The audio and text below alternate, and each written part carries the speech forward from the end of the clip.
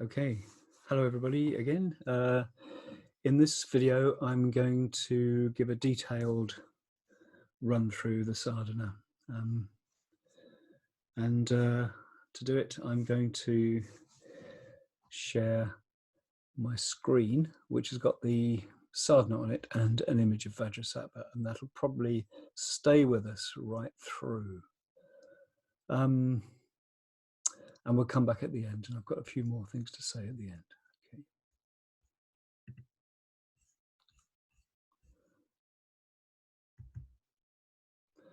So I think you can see the Tharpe Delam practice on the left and Vajrasattva on the right. So starting from the top here, the meditation of Vajrasattva. And I explained in my first talk that this practice is the third of the 5 Mula yogas. So that's why it says 3, the very first character there. And then below in brackets it says, one should say and think.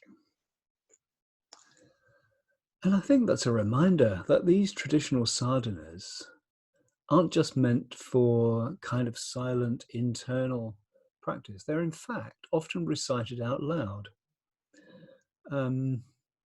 Maybe we don't know anybody who does that, but maybe we would find it helps to do it. I think it always helps to learn a sadhana off by heart. That's good, and that reading it out loud is a good way to do that. Just keep reading it out loud, maybe whispering it quietly, and maybe reading it off your phone if you're out and about. You just keep doing it and sort of checking your memory of it until wherever you stop reading from the text, you can fill in the blanks from memory. And also, have the text in front of you in your daily practice, and it won't be long before you've got it all memorized. And this one's really quite short, so it's easy. So do that if you can. Okay, so let's bring my mouse pointer into the action here. Here we are. It says, on the crown of one's ordinary human body. Kind of emphasizing that what we take for granted, the ordinary human body, is in fact something extraordinary. And at our crown, it says, is the effulgent body of Vajrasattva, the embodiment of the 5 Buddhas. In my dictionary, effulgent means it refers to a person whose expression radiates joy and goodness, which sounds really right. Vajrasattva is joyful, and I think it's weird that people find Vajrasattva cold. He's totally joyful, and he's the embodiment of the 5 Buddhas. In other words, all those 5 jhanas, the jhanas, but also the 5 jnanas, their wisdoms, the jhanas' wisdoms. There's the Dharmadhatu, the mirror-like wisdom, the equal taste, the investigative wisdom, and the all-accomplishing wisdom. And the state of Vajrasattva embodies all of those together. Right? And he's white and he's shining. He's lit up.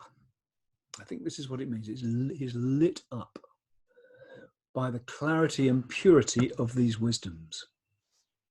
They illuminate him. He's illuminated by these wisdoms. And I think with visualization, it's important to look for the inner quality that is being represented by all these symbols. And do that. Don't only try and create a visual representation. It's a better approach to trust in connecting with the quality of the sadhana. you can trust that if you connect with the quality, somehow the visualization is less important, and it's also likely to manifest a bit more easily. So the visualization will come out of that connection as much or as little as it wants. And the thing is the quality. And that means trying to, in this case, it means trying to imagine what the 5 jnanas are like. That's going to be necessary if we're going to connect fully with Vajrasattva. We can get the form of Vajrasattva, so white, etc. But to really connect, we need to connect with his wisdoms. So just do this sometimes. It's good to stretch the imagination, and that particular stretch of imagining wisdom helps us apply the Dharma to our immediate experience. So try to recognize in that immediate experience that it's always, in fact, empty of any substantial essence. Just try to see that in your everyday experience. And this is the thing. It's really the thing. And each of the wisdoms, each of the 5 wisdoms, in the way they're described, they give us a clue as to where to see and how to see, where to look for that emptiness. Because it's important, because emptiness is the Vajra state. It's the perfection of wisdom state. It's the state of Vajrasattva, Vajra being. So it's good to make the connection between wisdom and the Vajra and Vajrasattva. So the wisdom of Dharma Dhatu is that overarching quality of emptiness in all things. The mirror-like wisdom is seeing that the object out there is actually in the subject. They're not separate, just like in a mirror. The thing appearing in the mirror is part somehow of the mirror. Everything we encounter is somehow our own mind. Okay, and then the wisdom of equality stresses the common quality, the commonality of all dharmas. It somehow connects them. So look for that. And then the wisdom of investigation, discrimination, is precisely looking into the specific aspects of experience. Perhaps it's a little bit like the direct pointing approach. It's asking questions of your perceptions, like, is the experience you assume is actually arising? Is it actually arising? How exactly does it arise? Do you actually observe that? Where does it do it? Where does it arise? For whom does it happen? Etc.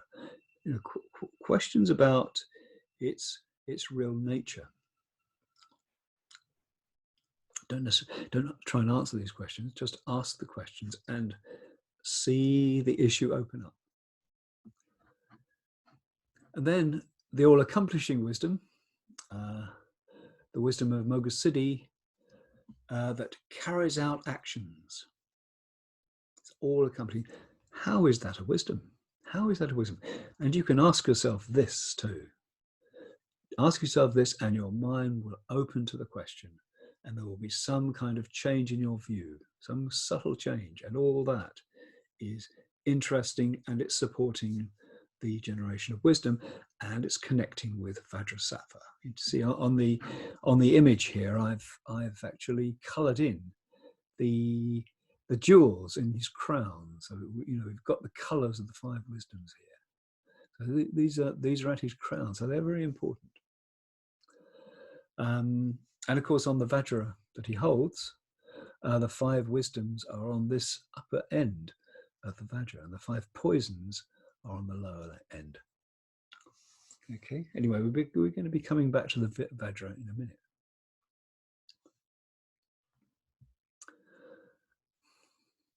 So his whiteness, white and shining, it says. And this radiant whiteness, it's like the sun on snow. It expresses the Vajrasattva state being lit up by these jnanas. And after a while, I think anyway, I realize it's not a harsh light. It might be bright, but its brilliance is also an inner brilliance. It's a brilliance of knowing. It's about the spirit of the Vajra state, about this uncontainable quality. In a way, it's so bright you can't look at it. But the reason that you can't look at it is because that light is already part of your own experience. And you were just looking at it in the wrong way. Something like that, yeah? Okay, so now in the sadhana, we go into more specifically into his appearance. So here we are. Here we are, yeah.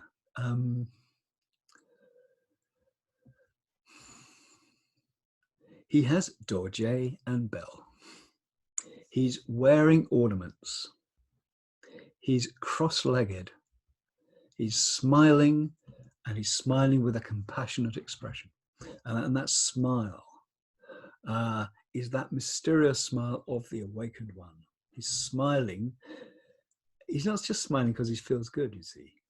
He's smiling for the special reason that Buddhas smile. And of course, it's a compassionate smile, but we don't understand that compassionate smile. It's an awakened smile that is naturally compassionate.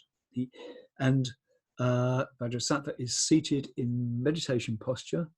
He's seated in what's sometimes called Vajra posture, or more often I think it's also called Padmasana or the lotus posture.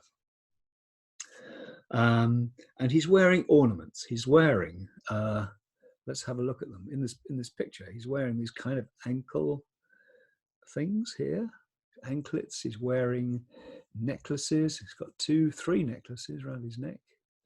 He's got earrings. He's got bracelets of all kinds. I think he's got bracelets. And yeah, there's a bracelet, look. And of course, he's got this 5-crested crown on his head, this bodhisattva crown. And kind of, at least, that's all he's wearing. He's wearing ornaments, and that's all he's wearing. In this text, at least, the image seems a little bit ambiguous around here. But in the text, Vajrasattva is naked. He's expressing the natural state of uncovered, uncontrived awakening. And in most images, he's shown with kind of floaty garments, including this one, but there is this ambiguity. I think this is a lungi he's wearing, a thin lungi over his nakedness. Yeah, but it could all just be these floating lengths of cloth here. I mean, this here could be some kind of loincloth, I think, and this here on the thigh could actually be an extension of these floaty things that are going around. So the drawing itself the artist is very clever, and it's ambiguous in an amazing way. Yeah, well, I get the impression that for a lot of artists, the idea of nudity being symbolic is kind of problematic, really, because inevitably, if you do it without any ornamentation, then the picture is very plain, and of course they want to make the picture look special. I think this is a pretty good compromise. So the Vajra and bell are very important indeed, which he's holding. They're the primary expressions of Vajrasattva-hood, the state of Vajrasattva-hood. And they're basically Vajrasattva's wisdom and compassion. So I'm going to get my Vajra and bell out and show them to you. Just for fun. I've just bought this Vajra for the retreat because I didn't have one. I'm very pleased with it. I already have this bell, this Vajra bell. So there you go. So The Vajra bell, let's start with the Vajra bell. It stands for wisdom. This is what stands for wisdom. It has the head of the goddess. It's got the head of the goddess here. Here you can see her.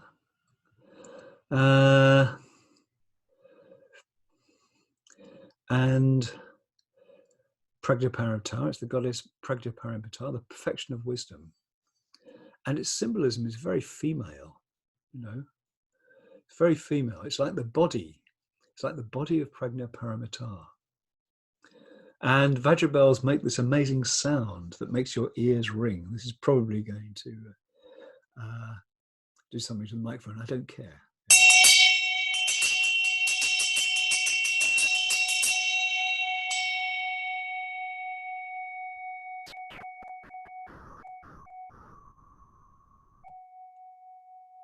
And also, the sound, at first you've got this tingle, and then the sound takes some time to go away. Now, there's something that's more than a little sexual about the bell, I think. It's called the Vajraganta, the Vajra bell. That's what it means. But it's also a Vajragarbha. It's a womb. It's a womb of awakening. Because she, the bell, is Prajna Paramita, the mother of all Buddhas. So, and to become a Buddha, you have to enter her womb. They all do. They've all been there. And inside the rim of the bell, around here, there's the single clapper, which is like a male element hanging within the surrounding female element. And the clapper strikes the inside of the bell. And it's that vibrates and sings out. And the joy of that can last for several minutes. Okay, and then what Vajrasattva holds in his right hand, the Vajra,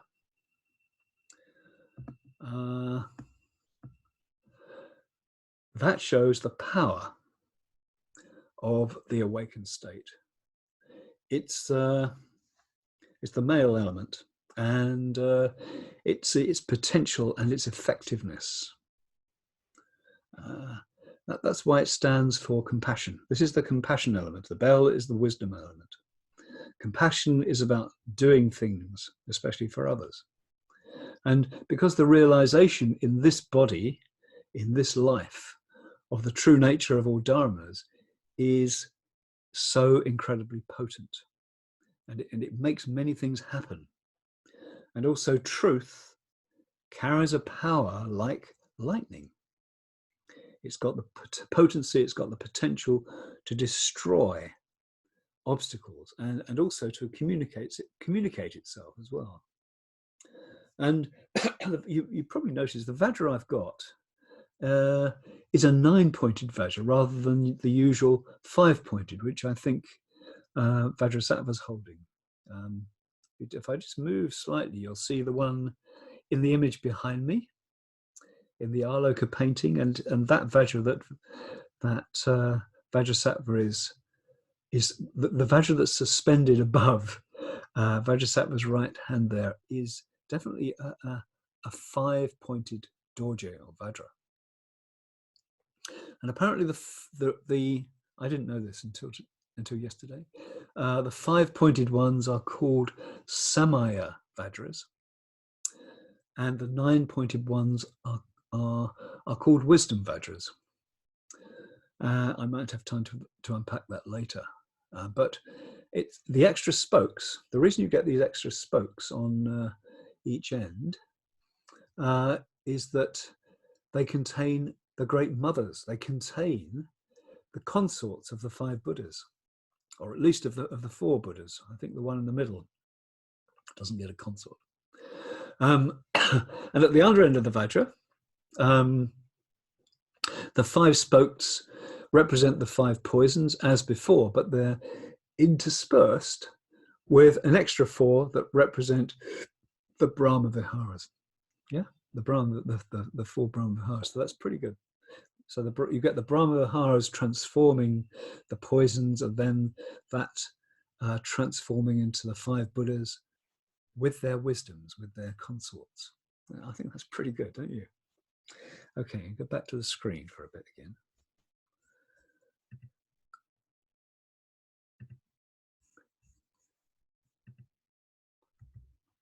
Right, very good. Okay. Well, I hope you're not finding all this detail too much. It's important because at this stage we're learning about the qualities of Vajrasattva that we're connecting to, and all this detail helps us set up the sadhana. There's a bit more to come before we get into the active part of the practice. So now in the text we've had Vajrasattva fully described, at least externally, and at this stage, I mean, there's no mention of his lotus seat actually, but that's white, as we all know, and you can certainly put that in. Yeah. So now we go into the inner body visualization, where it says, with hung in the center of the heart. The whoever created this text couldn't write the word hung, or tried to do it in clever diacritics, and it hasn't worked out. So that says hung, with hung in the center of the heart. And then surrounded by the circle of letters, from both of which issue milk-like nectar. Yeah. I don't want to go too fast here, because what is at the center of Vajrasattva's heart is clearly very, very relevant, very important. Hung is a symbol of awakening in the form of a sound. It's a sound symbol. Jayarava's done a little study of this syllable based on an analysis by the Japanese teacher Kukai. And Kukai calls it a device that can unlock the true nature of reality. So these seed mantras or bija mantras are kind of super syllables. They're super syllables that condense, gigantic amounts of meaning into just one sound. And at the core, at the center of Hung's multi-layered bunch of meanings, is this notion of indivisibility. And this seems to be the special wisdom quality of the Vajra state. What cannot be divided, cannot be separated, is inseparable. And you can say that, you can say this of all dharmas. All dharmas, in their essential nature, cannot be divided. They cannot be separated. Okay. Now, in the sadhana doesn't describe the colors, right? But this hung, we imagine as deep blue, and you can see it as a letter that's Tibetan, or you can see it as English. You can see the letters as English. You can see H-U-M. I used to do that for years. Around the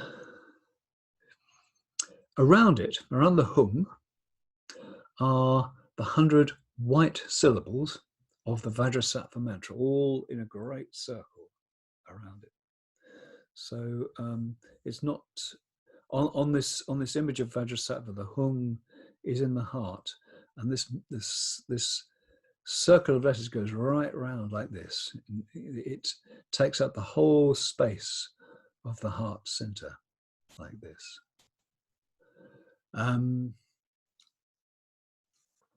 It is possible to visualize them with a bit of imagination, a bit of patience, because I've done this. You visualize them, or I visualize them as 100 points of light. I don't try and imagine the individual Tibetan characters. I'm sure some people can do that.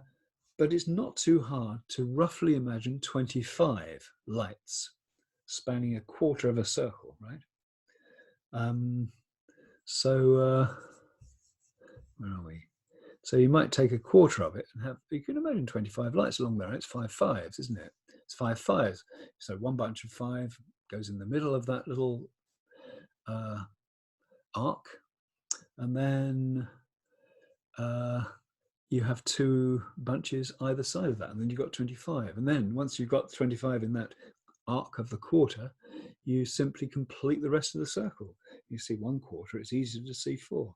So that's the way you can do it. And actually, it's only, you don't need to see them precisely. You just need to get the feeling of what it's like to have 100 characters going around a hum that's inside your heart. Just imagine what that's like, and you're doing the sadhana. I mean, you don't have to see it; you just have to imagine it. Like I can imagine the entrance to the local Waitrose. It's just like that. The imagination just creates the pictures. If they're pictures. All right, anyway, let's go on.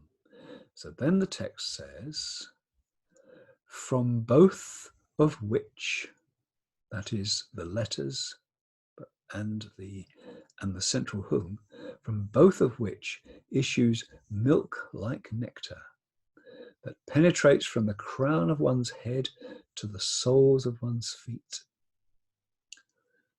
Whereupon disease, evil spirits, sin, and eclipse of good in the heart are destroyed.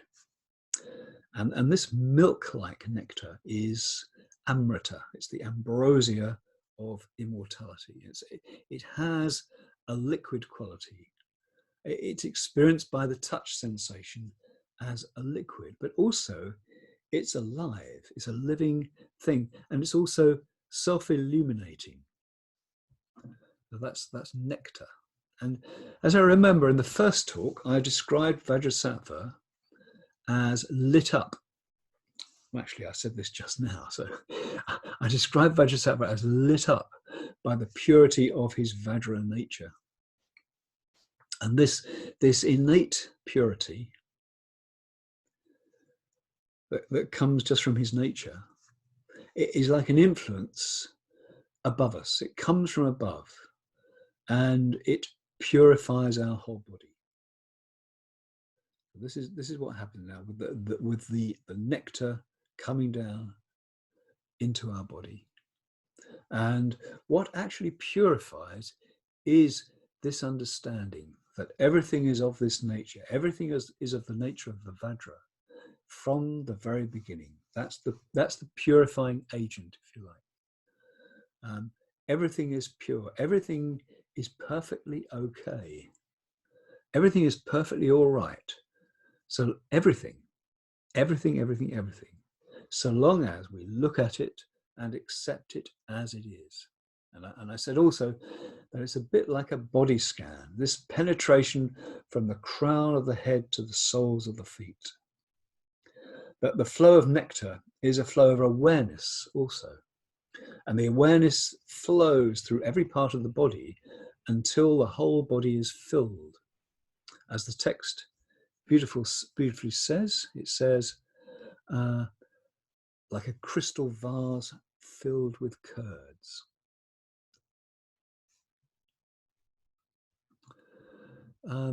Curds is like yogurt. It's like yogurt, and the image, I think, is rather interesting. I think examining it too much might spoil it, but immediately, without thinking, for me, it evokes a sense of peace, of kind of settled, radiant peace. It's definitely visual, a sense of crystal and whiteness. And maybe an alternative would be freshly fallen snow in a crystal jar, something like that. It's the kind of image that can take you straight into samadhi, just like that.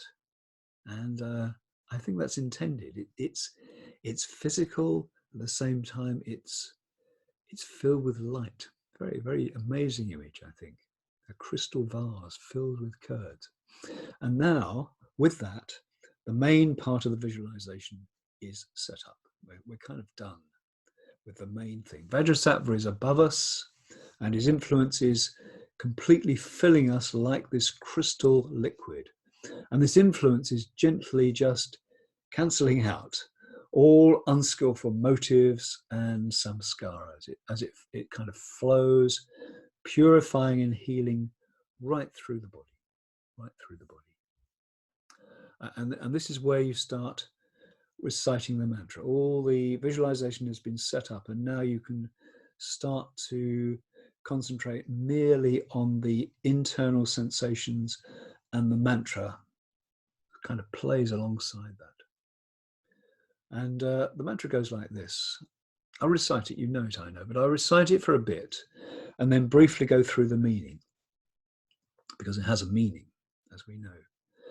And this is going to be my own rendering of the mantra in a song, in a particular tune. I always felt, I like the sing-song, Om Vajrasattva Sammaya Manupalaya. I like that too, but I wanted something less sing-song, less rah-rah-rah, more neutral, something I could chant evenly and that could take on different feelings and colours as I kept going. So I've devised a way of doing it. You don't have to do this, but at least hear me out, right?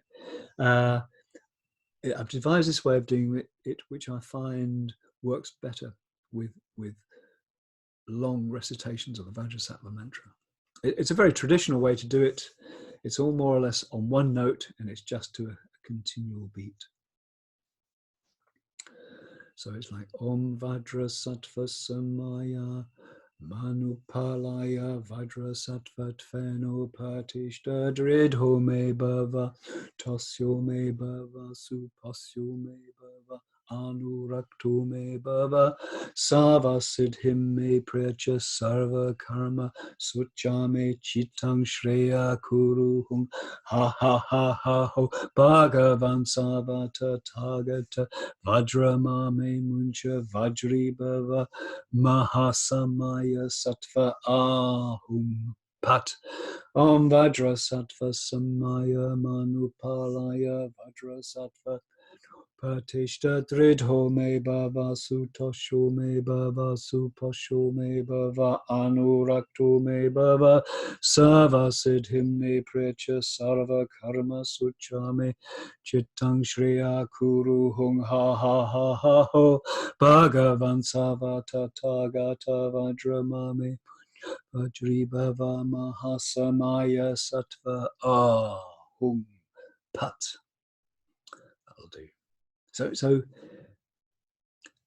we'll look briefly at the meaning now. Om Vajrasattva Samaya. It means, it refers, get this last word, Samaya.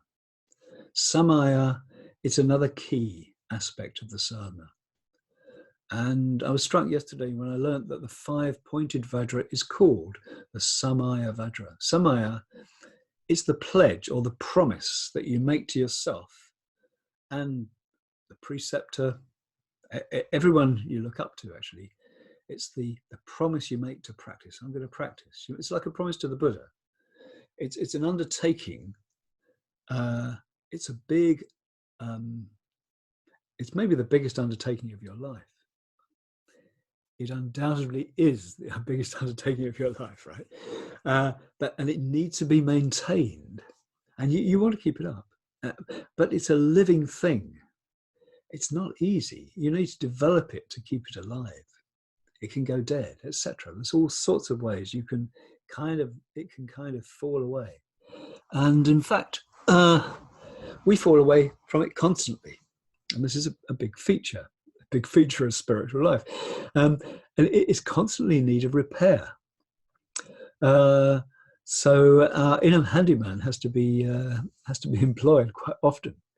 So that's important. So in a way, the mantra just states it. Om Vajrasattva Samaya. Samaya is what it's about. Manupalaya. Manupalaya means something like protector of beings. A pala is a protector. Vajrasattva, Vajrasattva tveno partishta. Vajrasattva, be strong for me, be firm for me.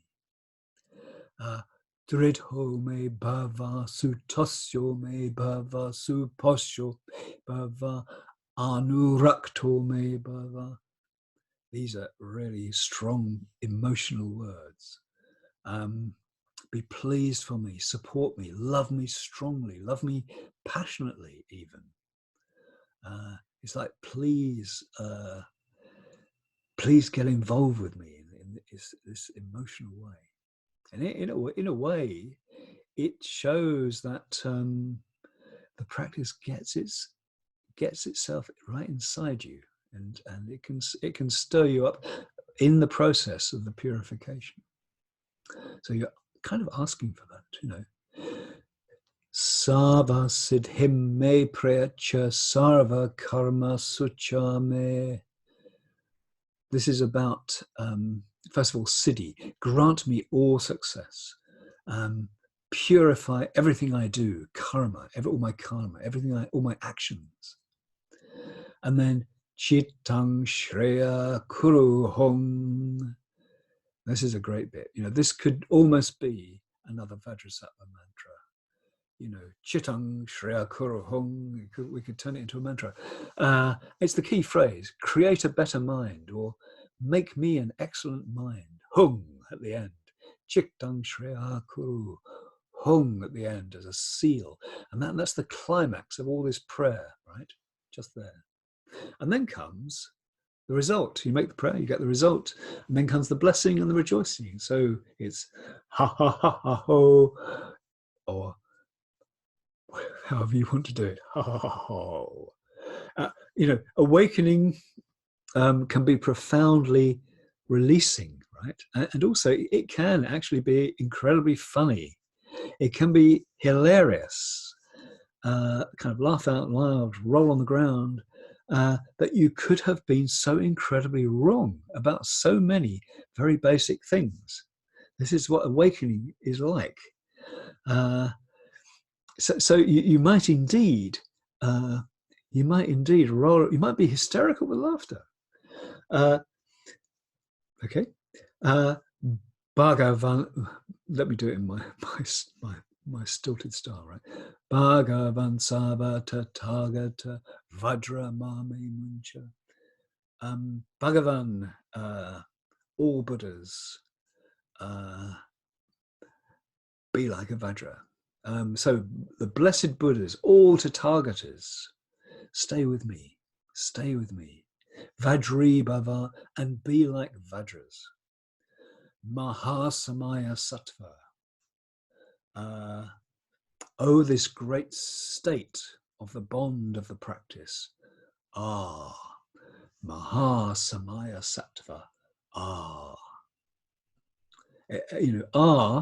Means what it sounds like. It means it means release, and it means relief, and it also means wonderment.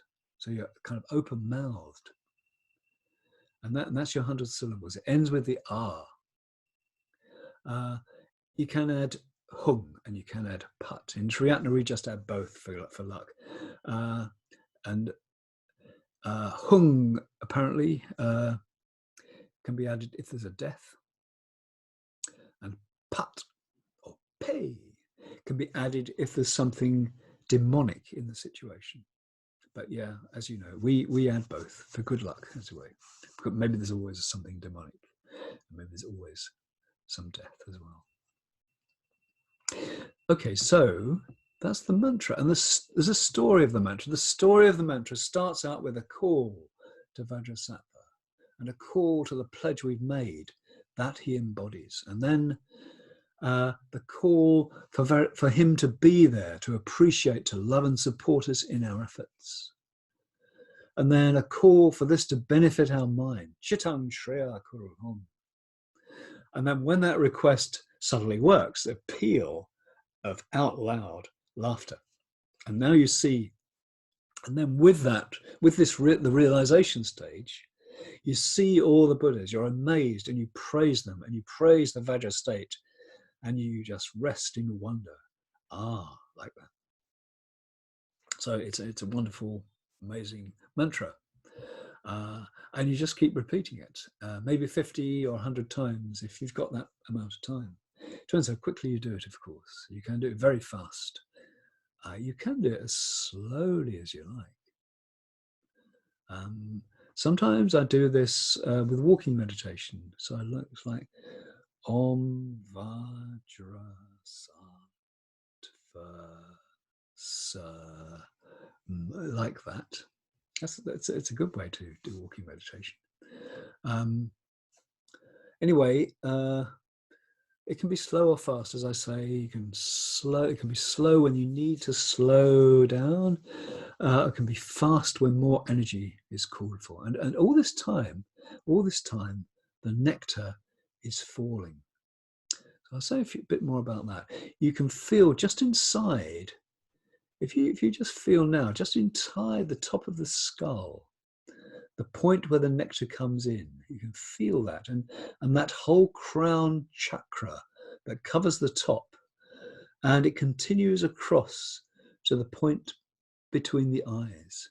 You know, that entire crown chakra can become blissful and silvery, like silvery moonlight somehow.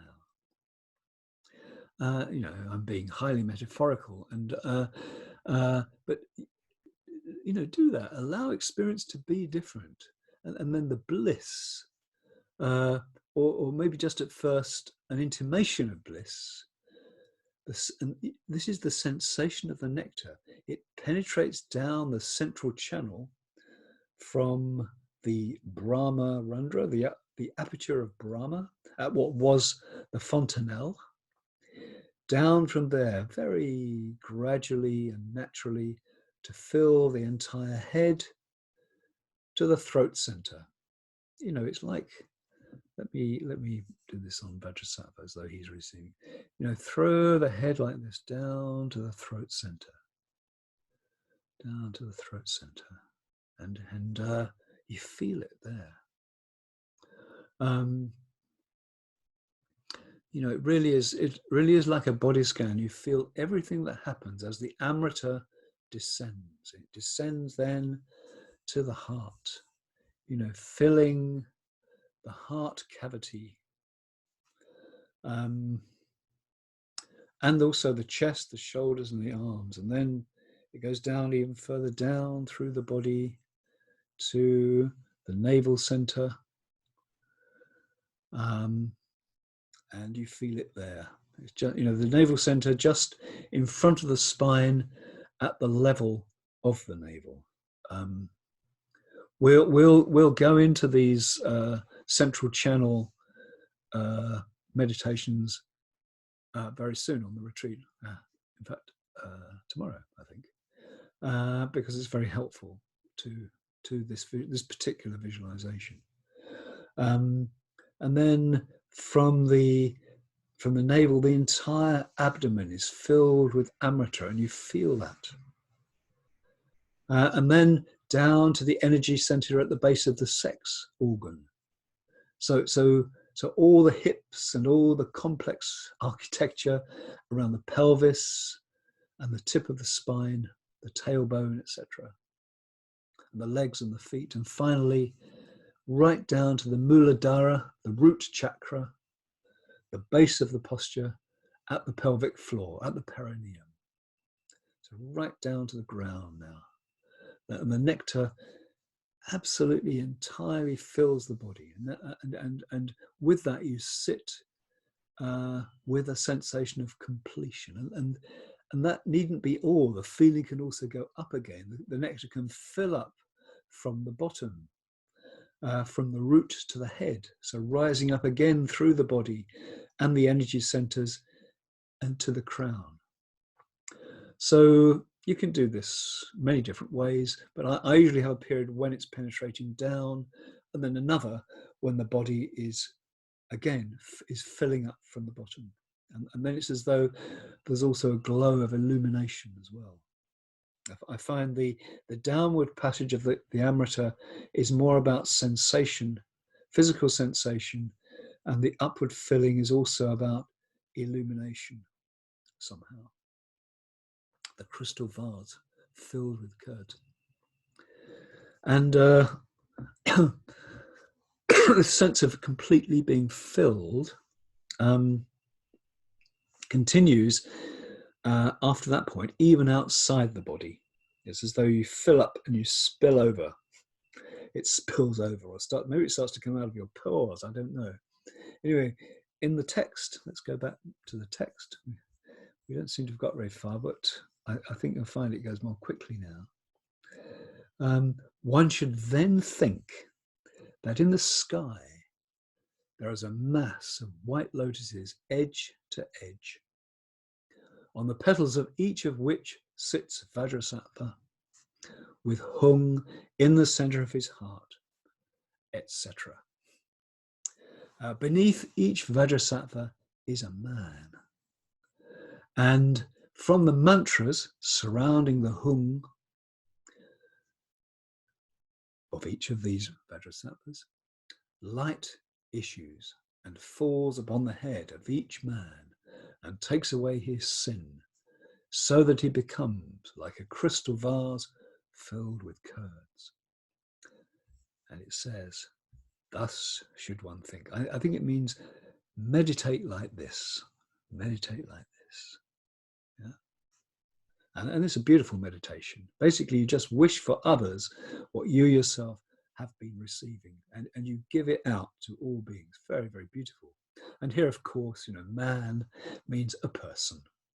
And also with this sense of infinite Vajrasattvas on white lotuses, edge to edge, have a sense of letting go the boundaries of place and space that exist in your mind, that only exist in your mind, yeah? And fill space with Vajrasattva transformation. Okay, and then when these practices are finished, one should repeat the prayer. Vajrasattva, Mahasattva, all-knowing Vajra. Vajra, the primeval Samantabhadra. To you, Vajrasattva, I bow. Samantabhadra means the all-good. We're addressing the state of the being of Vajrasattva as great, as all-knowing, and as goodness beyond the concept of time, the primeval Samantabhadra. Okay, and then there's a confession prayer. O protector, Vajrasattva, ignorant and stupid am I. From your samaya I've fallen away. And with prayers like this, we can word them in any way, or we can also make them wordless, as long as the spirit of our prayer is about facing our obstacles like this. It's really important that we make this meaningful. So if the verses help, use them. If something else would do the same thing, do that. It's about facing our obstacles. And there's no place for guilt here. We should be really facing the truth of our imperfection. It's just there. It always has been, but it won't always be. And things can change. This is the thing. That's also the reality of imperfection. We must face this truth without adding any kind of lash of blame. Don't beat yourself up about it, but really look at it. And this is a point also where we can stop and clarify the attitude that we're taking. Okay. And then there's a final bow.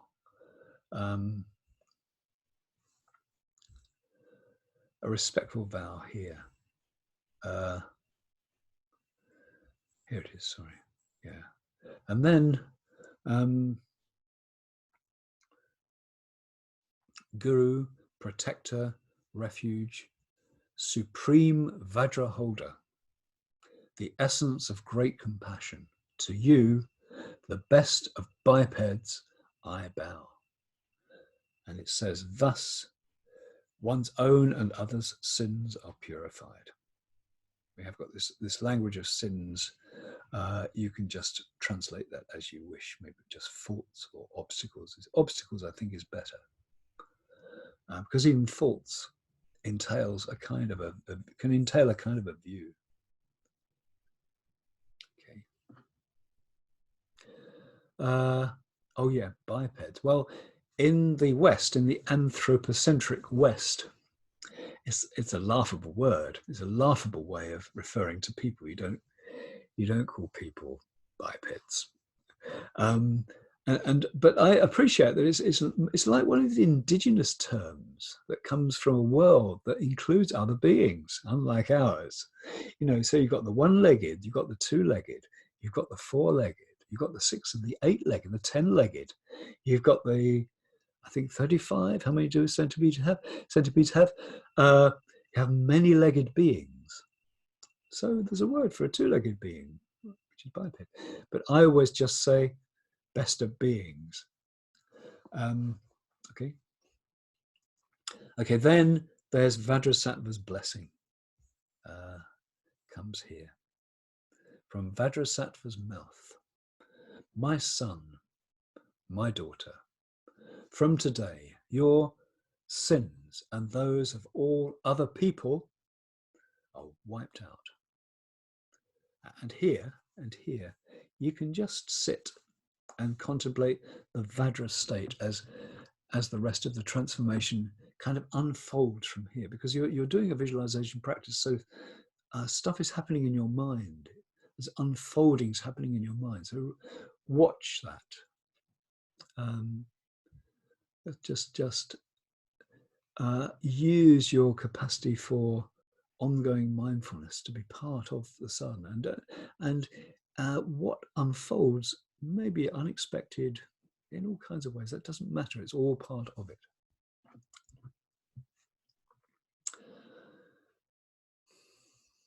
So, by the light from Vajrasattva's body, one's own. Oh, I lost my place. One's own and others' sins are purified. Become Vajrasattva. Each is absorbed in the body of the Guru on the head. Transformed into light, they are united into one. He is then dissolved into the void, shunyata. So all beings are absorbed upwards. All the multitudinous people are absorbed upwards into the Vajrasattva above them, and they become Vajrasattva. They actually become Vajrasattva. Their real nature has always been that. And this is the whole point of the sadhana, is to be reunited with who you essentially are, at least in meditation. And then you absorb all the Vajrasattvas into yourself.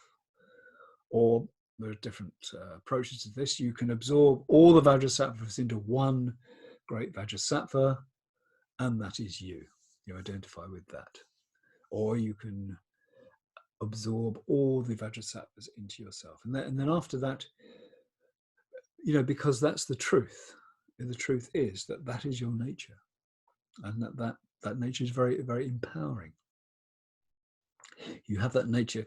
You still have to actualize that nature. You still have to do something with it. But to realize it is really, really something. So you sit with that. You feel what that's like. Being Vajrasattva, being all Vajrasattvas, experiencing the Vajra state. And then when the feeling of that passes, as it will, as it changes, you just let the visualization dissolve away. And I think that's a very useful stage, just watching the mind that's taken up with the visualization and the symbolism and the letting go and the expansion, all the things that happen during the practice. You just, when you stop, you just notice it all fading away and changing. It's really interesting to watch and transformative.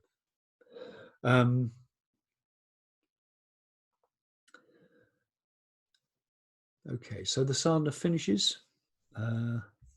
where are we, down here, by saying the mantra should be done 100,000 times. And that's the usual figure for the Mula yogas. And many of us have done many more than that number. And the text also says that it's enough just to recite the mantra and identify Vajrasattva with our own body. That's very important. So you could just do that. You could just do the mantra sometime and just, but when you do that, don't just think of the mantra as some kind of magical thing that is somehow going to bring something about. Maybe, but also imagine that Vajrasattva is identified with your own body. And this is something too.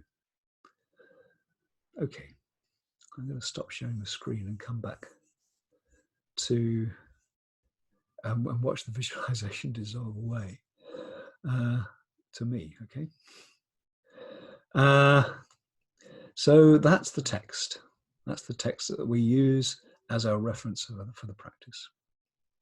And like all sadhana texts, the text is not the practice, of course. The map, like everything, not just sadhanas, like everything, the map is not the territory. The terrain of the Vajrasattva state, it arises, it comes about, becomes manifest after the practice has been established through following the instructions and hopefully learning the practice and adapting those instructions to our needs. And after a while, you just let the whole thing settle into place and just keep doing that and rehearsing that.